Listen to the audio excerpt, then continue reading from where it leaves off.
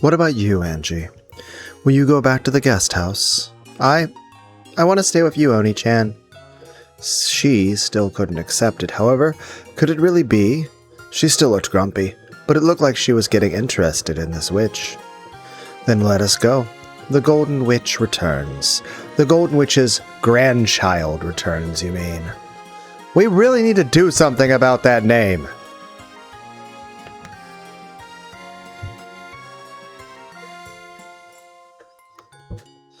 The big brother and the witch really did seem close. With kindred spirits like a pair of comedians, they started walking. I'm just imagining Battler and Beatrice doing Whose Line Is It Anyway?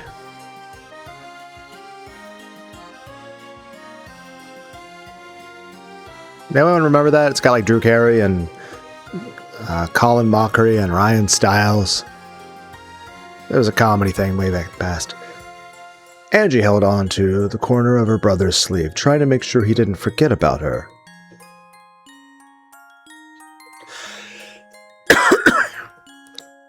I remember watching a lot of Comedy Central as far as the stand-up comedians. Heck, guys, remember a thing called Def Comedy Jam?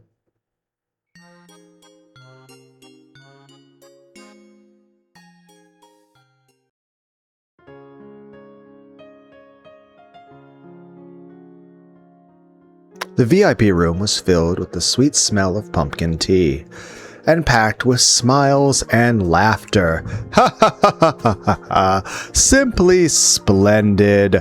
I am glad to see you in such high spirits. I could say the same for you. What idiot said you're reaching your last years? I just borrow a bit of cheer from you. Once I return to my study, I will be little more than a withering, senile old man.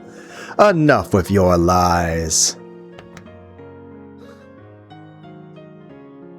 Give it up and swear that you'll be living at large until you're 100. Same here. I haven't seen you for 6 years, but I was surprised to see how little you'd changed. Well, you little brat. So it seems you've learned flattery during these past 6 years. Sorry to disappoint you, but you're hardly a fair judge in the matter. I have grown quite old indeed. I'll bet 1,000 yen that Kenzo's still doing great when he turns 100. Yeah, me too. Grandfather won't be any different when he's 100. Wahaha! Don't think you'll get any more presents for complimenting me. Kenzo laughed cheerily. Beato, who sat next to Battler, was also laughing merrily. Everyone's happy. Angie stood all alone by the window, staring at the others and trying to figure out what sort of relationship the witch of the portrait and her grandfather had. There was a knock at the door. Is that you, Genji? Come in. Pardon the intrusion. Kraus-sama and Natsui-sama are here. Father, oh, and Battler-kun's here too. It has been some time, Beatrice-san. Has there been any news? I'm just the way I used to be. Come on, have a seat. And Angie, why are you standing by the window like that? Come over here and sit down. Angie, come over here. I'll just watch from here. Angie grasped the candy she had gotten from Beato tightly, and with a gaze that was still wary, she continued to stare. Genji offered her a chair, but Angie just shook her head. Let her do as she pleases. Come, Kraus Natsui, and have a seat as well. Is it something important? I guess Angie and I should leave. Hey, if you leave, who's going to back me up here? Kenzo, you don't mind if Battler stays, do you?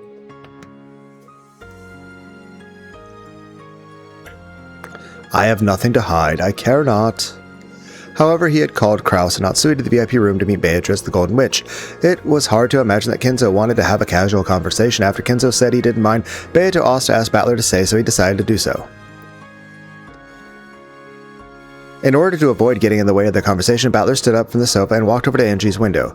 When the big brother finally came back to Angie, she clung to his waist as though determined not to let him go away again. Oh, I see. That must be why Angie doesn't like me. Huh? What do you mean? Angie doesn't dislike you, does she? Cackle, cackle. You really don't understand women, Battler. Beato smiled at Angie, but the latter turned to look the other way. Even a young woman is a woman nonetheless. When Beato stopped laughing, the conversation switched gears. Why on earth did Kinzo summon Kraus and Natsui to the VIP room, and what was he going to talk about? Everyone fell automatically silent. Golden Witch Beatrice. Each and every day, I remember the debt the Ushiromi family owes for when it was saved from the brink of destruction. Kegel. Yeah, you'd better thank me. Well, it's actually your grandmother he's thanking. Shut up, you! No, it comes to the same thing. All that gold has been lent to the Ushiromi family for 3 generations, and without cost. We truly cannot be grateful enough. Gold bars are the same as bricks to me. I had nowhere else to put them, so it was a relief to have Kenzo hold on to them. Whoa, I'd like to say that just once before I die. Is the Golden Witch a rich person?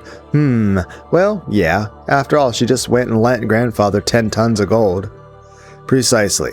I have been borrowing it for several decades, always promising to return it someday. It is a debt I will never be able to fully repay. The head family has never forgotten its gratitude, isn't that right, dear? Of course. If the Beatrices hadn't kindly lent it to us for 3 generations, the Ushiromi family would have fallen long ago. Even someone as shrewd as father couldn't have done anything without funds to start with. By now, my money is making money, and the gold that made up my original funds can sleep in peace. Kraus, do you know what I am about to say? Since the moment Kraus has been summoned here, he had guessed what Kinzo was hinting at now. All things borrowed must be returned someday. That day had finally come. Yes, I understand, father. Beatrice, I do not have many years ahead of me. In fact, this may be the last family conference that we will all attend together. How faint-hearted you sound. You must be joking. Beato alone laughed. She looked at Battler, so he laughed along with her, but Kenzo and the others remained silent. Apparently, there existed some major concerns about Kenzo's health. Of course, I do not intend to die as soon as next year. However, I don't believe I can make any certain promises about meeting you again. I never make promises I cannot keep. If you say it so proudly like that, I'm in no position to disagree. Are you serious about this? Beatrice, I want to make amends, and I must do it while I am still in high spirits. For that reason, I made a decision today. What's grandfather talking about? Quiet. Grandfather is about to talk about something very important. By now, even Battler understood what Kinzo was about to propose. Beato probably realized it too. At one time, the Ushiromi family had ruled the skies like an eagle before being crushed by the great Kanto earthquake.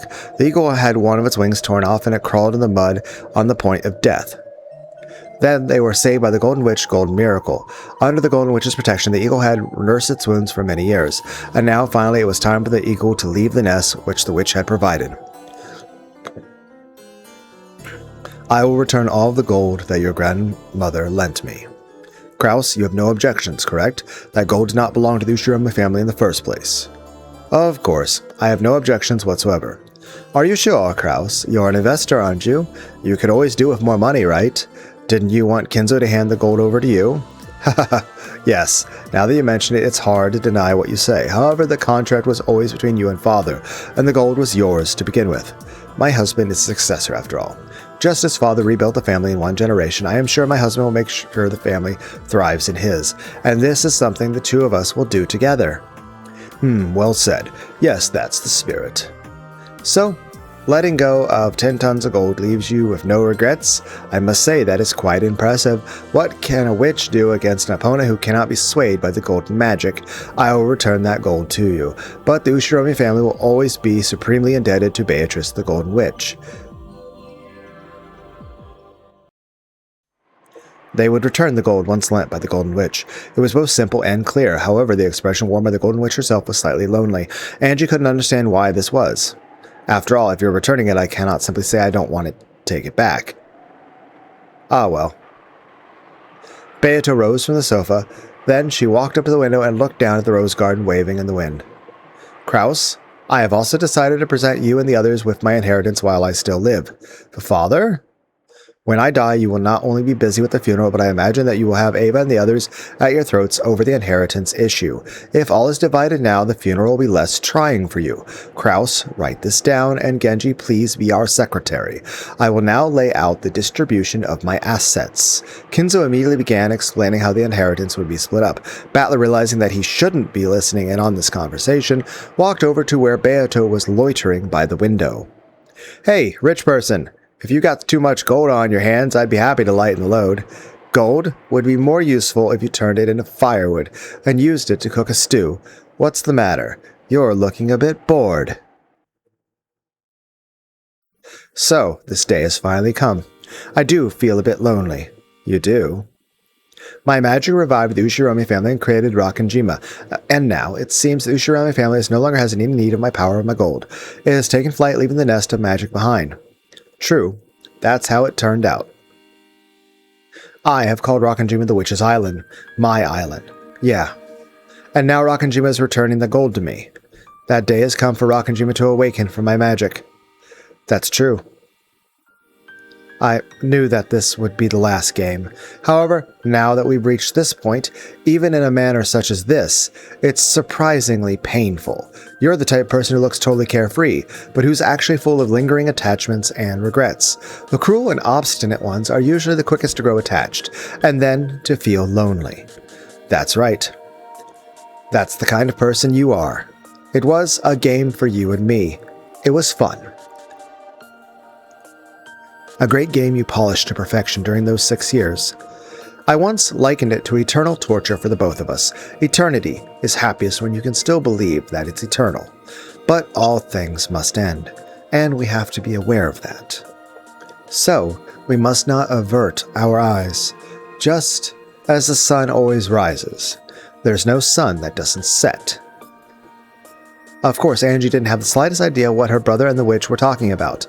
However, even as young as she was, she could feel that the pair had spent an incredibly long time together, and that they understood each other so well that they might as well be a married couple. Then, Beato noticed her reaction. Angie?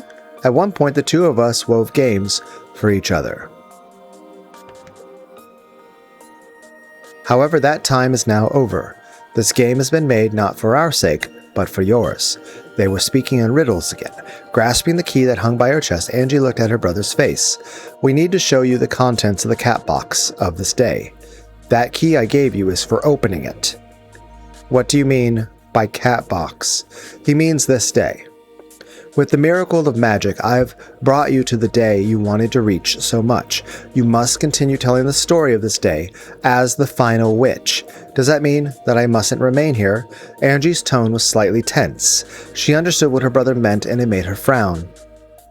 Just how long have I suffered wishing that I could return to the Rakanjima 1986, and now I've finally made it here, so why are you chasing me out?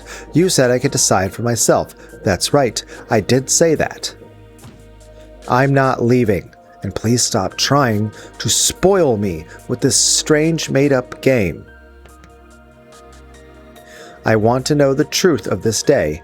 She's a moody girl, be it 12 years in the future or in the past. Shut up, I didn't ask you. Give you my angry eyes. And what the hell do you think you're doing here? Didn't the Golden Witch come here to perform her resurrection ceremony? Didn't you appear on the island with a crash of thunder and try to offer up 13 people as sacrifices? Why are you acting so happy and casual? It doesn't make sense. You're the one that doesn't make sense. What are you thinking? Do you want me to be a murderer? You wrote down in a tale, sealed it in a message bottle, and threw it into the sea. 2 of those were discovered later on. Both of them were stories of cruel serial murders. What a shame that only 2 of them made it to shore. How sad that land, my greatest masterpiece, was never seen by human eyes. I've been wanting to ask this for a while, but what's up with those message bottles? As I was working out the details for my game against you, I began creating those tales along the way. Once I realized that I could create endless different tales out of the same game board, it really started to get fun.